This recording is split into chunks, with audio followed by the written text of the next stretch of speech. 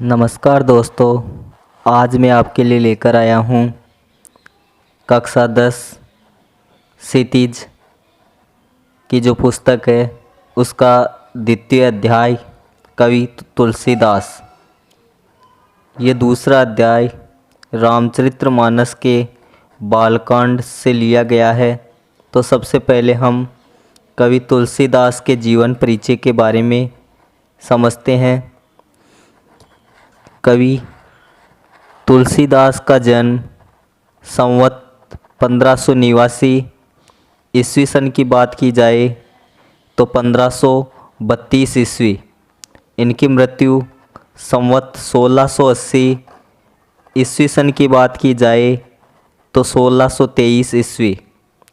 अब इनका जन्म स्थान उत्तर प्रदेश के बांदा जिले के राजापुर गांव में संवत 1589 के लगभग माना गया है।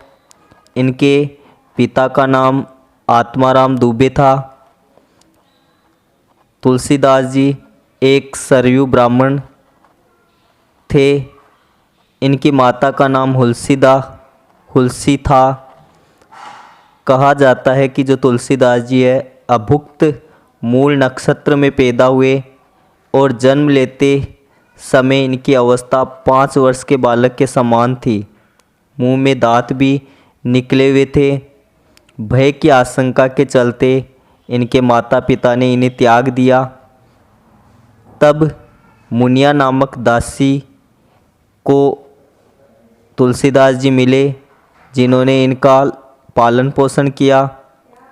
इनका जो बाल्यकाल है बहुत ही कष्टपूर्ण बीता। कवितावली में ये जो पंक्तियाँ है जिनके माध्यम से हमें पता चलता है।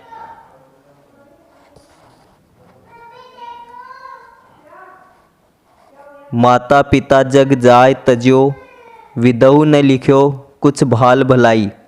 ये जो पंक्तियाँ है जिनके बारे में कहा गया है कि इनके माता पिता ने इनको तज दिया था, त्याग दिया था, परंतु विधि में या भाग्य में कुछ और ही लिखा था। इनके जो भाग्य में जनता की सेवा, श्री राम की का सामीप्य प्राप्त करना लिखा था, भलाई का कार्य करना लिखा था। तो हमने अब तक पढ़ा कि इनका जो जन्म है 1589 संवत और जो इनकी मृत्यु है 1680 विक्रम संवत में हुई। इनके पिता का नाम आत्माराम दुबे, इनकी माता का नाम हुलसी देवी और इनका जो बचपन का नाम है वो राम बोला थे, क्योंकि जब ये पैदा हुए तो इन्होंने राम का नाम लिया था, इस कारण से इनका नाम राम बोला पड़ गया। अब इनकी पत्नी का नाम बताया जाता है कि इनकी पत्नी का नाम रत्नावली था, जो एक विदुषी स्त्री थी। इनके गुरु का नाम नरहरिदास बताया जाता है। साथ ही कहीं कहीं इनके गुरु का नाम नरहरियाहर भी लिखा हुआ मिलता है और एक जगह ये भी लिखा हुआ मिलता है कि इनके गुरु का नाम शेष सनातन है। इनके गुरु का नाम नरहरिदास बताया जाता है। पत्नी का नाम रत्नावली। किसी कारण वंश वैवाहिक जीवन अधिक समय तक न चल सका। इन्होंने गृह त्याग कर दिया तथा घूमते घूमते अयोध्या पहुंच गए। तो एक ऐसी घटना घटित होती है कि जब इनकी पत्नी अपने पीहर चली जाती है और ये अपनी पत्नी से अत्यधिक प्रेम करते थे और अत्यधिक लगाव होने के कारण ये अपने ससुराल भयंकर मौसम, नदी में उफान आ रहा था, बाढ़ की स्थिति थी, बरसात हो रही थी, बिजलियां चमक रही थी। उस अंधेरी रात में भी पत्नी से अति से लगाव के कारण अपने ससुराल पहुंच जाते हैं और तब इनकी पत्नी इनको कुछ उलाहना स्वरूप कुछ पंक्तियाँ कहती है जो इस प्रकार है। लाज न लागत आपको दौरे आए साथ, दिख दिख ऐसे प्रेम को कहाँ काहो हो नाथ, अस्ति चर्म मम देहतम, तामे ऐसी प्रीति होती जो श्री राम प्रभु में, तो होती न भवभीति। इनकी पत्नी का कहने का अर्थ ये था कि आपको लाज नहीं है, कुछ शर्म नहीं है, जो ऐसे मौसम में भी आप यहाँ पर चले आए। अगर इस हार्ड मांस के शरीर में अगर मेरे प्रति जो प्रीति है, प्रेम है, ऐसी प्रीति अगर तुम्हारी प्रभु श्री राम में होती तो आपकी काया का उद्धार हो जाता, आपके जीवन में कुछ परिवर्तन आता। और तभी इस उलाहने को सुन करके उन्होंने वहाँ से अयोध्या पहुँच जाते हैं। वहीं पर संवत 1631 में इन्होंने रामचरितमानस की रचना प्रारंभ की। बाद में ये काशी आकर रहने लगे। जीवन के अंतिम दिनों में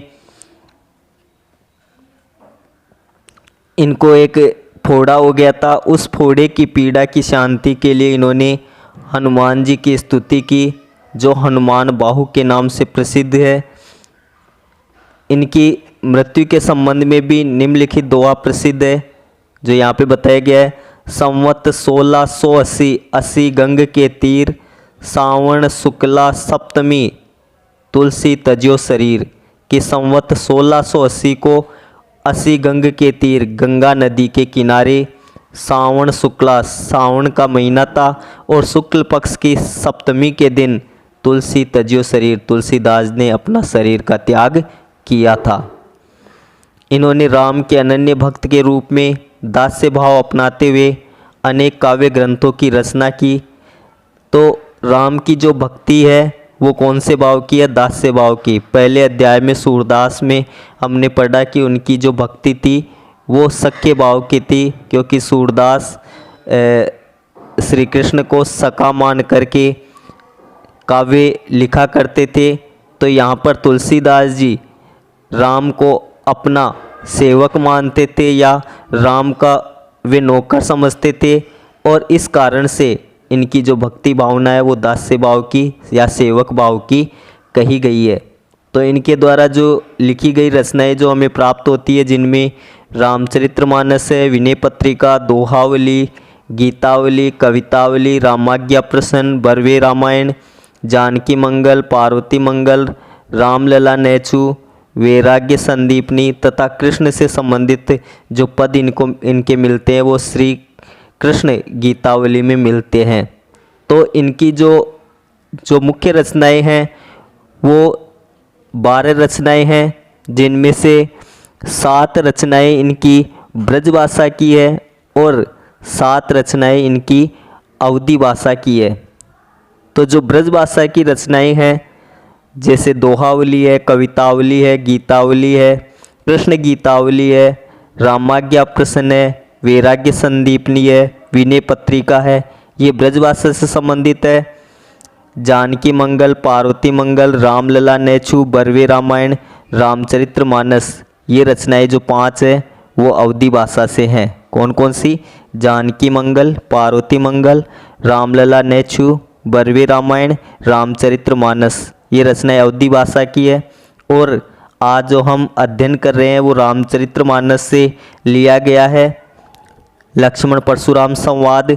और ये जो लक्ष्मण परशुराम संवाद रामचरितमानस के बालकांड से लिया गया है। रामचरितमानस में जो कांड है उनकी संख्या 7 है, जिसमें हम बालकांड से ये जो पाठ है वो हम पढ़ेंगे। तुलसी आदर्शवादी कवि थे। इन्होंने आदर्श चरित्रों का सर्जन कर हमें अपने दैनिक जीवन में उनके अनुकरण का संदेश दिया है। ये अवधी और ब्रज भाषा दोनों के पंडित थे। दोनों भाषाओं का शुद्ध और परिमार्जित रूप इन्होंने अपनाया है। पाठ परिचय से पहले हम जान लेते हैं कि जो रामचरितमानस के जो 7 कांड है उनका परिचय। तो रामचरितमानस के जो 7 कांड है, सबसे पहले बालकांड है, उसके बाद अयोध्या कांड है, उसके बाद अरण्य कांड है, फिर किष्किंधा कांड है, सुंदर कांड है, लंका कांड है और 7वां कांड उत्तरकांड है। और जो उत्तरकांड है वही सबसे बड़ा कांड है। तो ये जो पाठ है वो बालकांड से उद्धत है, जो यहाँ पे बताया हुआ भी है। और जब राम लक्ष्मण विश्वामित्र से धनुष यज्ञ की शिक्षा प्राप्त कर रहे होते हैं या धनुर्विद्या या गुरु शिक्षा प्राप्त कर रहे होते हैं, उनके आश्रम में रहते हैं, उसी समय जनक नगरी में जो सीता के पिता है वह सीता का स्वयंवर बुलाते हैं। कई राजा महाराजा वहाँ पर आते हैं, तो वहाँ पर विश्वामित्र के साथ राम और लक्ष्मण भी जाते हैं। वहाँ पर जो धनुष था वो शिव का धनुष था, और जब किसी भी राजा से शिव का धनुष भंग नहीं होता या टूटता नहीं है, उसके ऊपर प्रत्यंचा नहीं चढ़ाई जाती है, तब भगवान जो श्री राम है वह धनुष के ऊपर प्रत्यंचा चढ़ाते हैं, और इसी चक्कर में जो शिव का जो धनुष है वो टूट जाता है। और इसका समाचार जब परशुराम जी को प्राप्त होता है तो वह अपने गुरु का अपमान मानते हैं और क्रोध में तमतमाते हुए वहाँ पर आते हैं। प्रभु श्री राम और जो विश्वामित्र है वह अपनी विनयशीलता से परशुराम को बहुत समझाते हैं, परंतु उनके समझाने से कुछ क्रोध शांत भी होता है, परंतु लक्ष्मण की जो व्यंग्योक्तियाँ हैं उनसे परशुराम का जो क्रोध है और भी ज़्यादा आवेशित हो जाता है। और इसी को हम यहाँ संवाद रूप में पढ़ेंगे। आज हम पढ़ेंगे राम जो जनक दरबार में जो स्वयंवर रचा गया था उसमें पहुँचते हैं, तब वहाँ पर जो लक्ष्मण परशुराम का जो संवाद होता है। लक्ष्मण परशुराम संवाद से पहले हम परशुराम के बारे में और जान लेते हैं कि जो रामचरितमानस तुलसीदास की प्रसिद्धि का सबसे बड़ा आधार है, और इसमें लोक मंगल की और समन्वय की भावना बताई गई है। साथ ही इसके माध्यम से, रामचरितमानस के माध्यम से तुलसीदास जी राम राज्य की स्थापना करना चाहते हैं। जॉर्ज गिरियसन ने तुलसीदास को बुद्ध के बाद दूसरा सबसे बड़ा अवतार माना है, तो नाभादास ने इन्हें कलिकाल का वाल्मीकि माना है, और हजारी प्रसाद जो द्विवेदी है उन्होंने तुलसीदास के बारे में कहा है कि इनमें समन्वय की विराट चेष्टा थी। आज हम पढ़ेंगे लक्ष्मण परशुराम संवाद। नाथ संबुधन भजनिहारा, होई केउ इक दास तुम्हारा। आयसु कह कहिए किन मोही, सुनी रिसाई बोले मुनि कोही। सेवक सो जो करे सेविकाई, अरि करनी करी करी लड़ाई। सुनऊ राम जय शिव धनु तोरा, सहस बाऊ समझो रिपु मोरा। सो बिलगाऊ विहाई समाजा, न ते मारे जेहि सब राजा। सुनी मुनि वचन लखन मुस्काने, बोले परशु धरही अवमाने। बहु धनुहि तोरी लरिकाई, कबहु न असी रीस कीनी गोसाई। एही धनु पर ममता के ही हेतु, सुनी रिसाई कह भृगुकुल केतु। नाथ संबुधन भजनिहारा, होई केउ इक दास तुम्हारा। हे नाथ, शंभुधनु यानी शिव जी का धनुष, भजनिहारा तोड़ने वाला। हे नाथ, हे तुलसीदास जी, जिसने भी शिव धनुष को तोड़ा है, होई केउ एक दास तुम्हारा, होगा कोई एक दास तुम्हारा, वह भी आपका एक दास है, आपका एक सेवक है। आयसु कह कहिए किन मोही, आयसु यानी आज्ञा, क्या है कहो, मोही यानी मुझे, आपकी क्या आज्ञा है वो आप मुझे बताओ। सुनी रिसाई बोले मुनि को ही, सुनकर के क्रोध से जो मुनि है, कोई यानी क्रोधी, क्रोध में आकर के जो मुनि परशुराम है वो बोलते हैं, सेवक सो जो करे सेविकाई, कि सेवक तो वही होता है जो सेवक धर्म का पालन करता है। अरि करनी, अरि यानी शत्रुता, करनी यानी कर्म, शत्रुता का कार्य करने वाला, करी, करी लड़ाई, लड़ाई यानी लड़ाई, अरि करनी यानी शत्रुता का कर्म करके उसने लड़ाई को मोल लिया है, यानी उसने लड़ाई को बुलावा दिया है। सुनऊ राम जय शिव धनु तोरा, हे राम सुनो, जय ही शिव धनु तोरा, जिसने भी शिव धनु तोड़ा है या शिव के धनुष को तोड़ा है।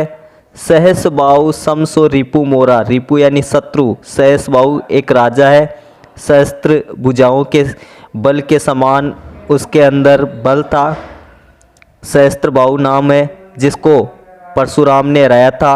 तो कहते हैं कि तुलसीदास जी कहते हैं कि सहस्त्र बाहु के समान वो मेरा शत्रु है। सो बिलगाऊ बिहाई समाजा, बिलगाऊ यानी अलग हो जाए, समाजा यानी राजाओं के समाज से। सो वह जिसने भी शिव के धनुष को तोड़ा है वह राजाओं के समाज से अलग हो जाए। न त मारे जय सब राजा, नहीं तो जितने भी राजा इस स्वयंवर में उपस्थित है, इस सभा में उपस्थित है, वो सारे के सारे मारे जाएंगे। सुनी मुनि वचन लखन मुस्काने, सुनी मुनि, मुनि यहाँ पर आया है परशुराम जी के लिए, वचन लखन आया है लक्ष्मण के लिए, मुस्काने यानी मुस्कुराते हैं। परशुराम के इस प्रकार के जो कठोर वचन है या अपने सामने अन्य क्षत्रियों को नगण्य समझने की भूल के कारण लक्ष्मण ऐसे वचनों को सुन करके मुस्कुराते हैं।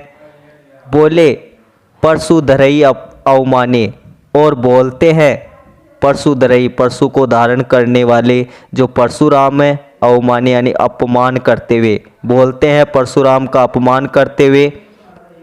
क्या कहते हैं, बहु धनु ही तोरी लड़काई, बहुत सारे, बहु यानी बहुत सारे, धनु यानी धनुष, तोरी यानी तोड़ दिए, लड़काई यानी बचपन में। कहते हैं कि परशुराम जी हमने तो अपने बचपन में बहुत सारे धनुष तोड़ डाले।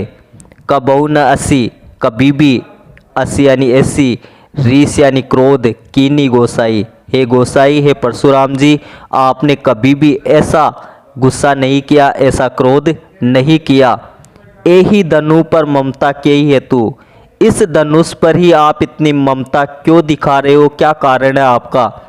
सुनी रिसाई कहे भृगुकुल केतु, भृगुकुल के जो केतु है, जो परशुराम जी है, वो सुनते हैं और क्रोध पूर्वक कहते हैं, रे नृप बालक काल बस बोलत तो ही न समार, धनुई सम त्रिपुरारी धनु विदित सकल संसार।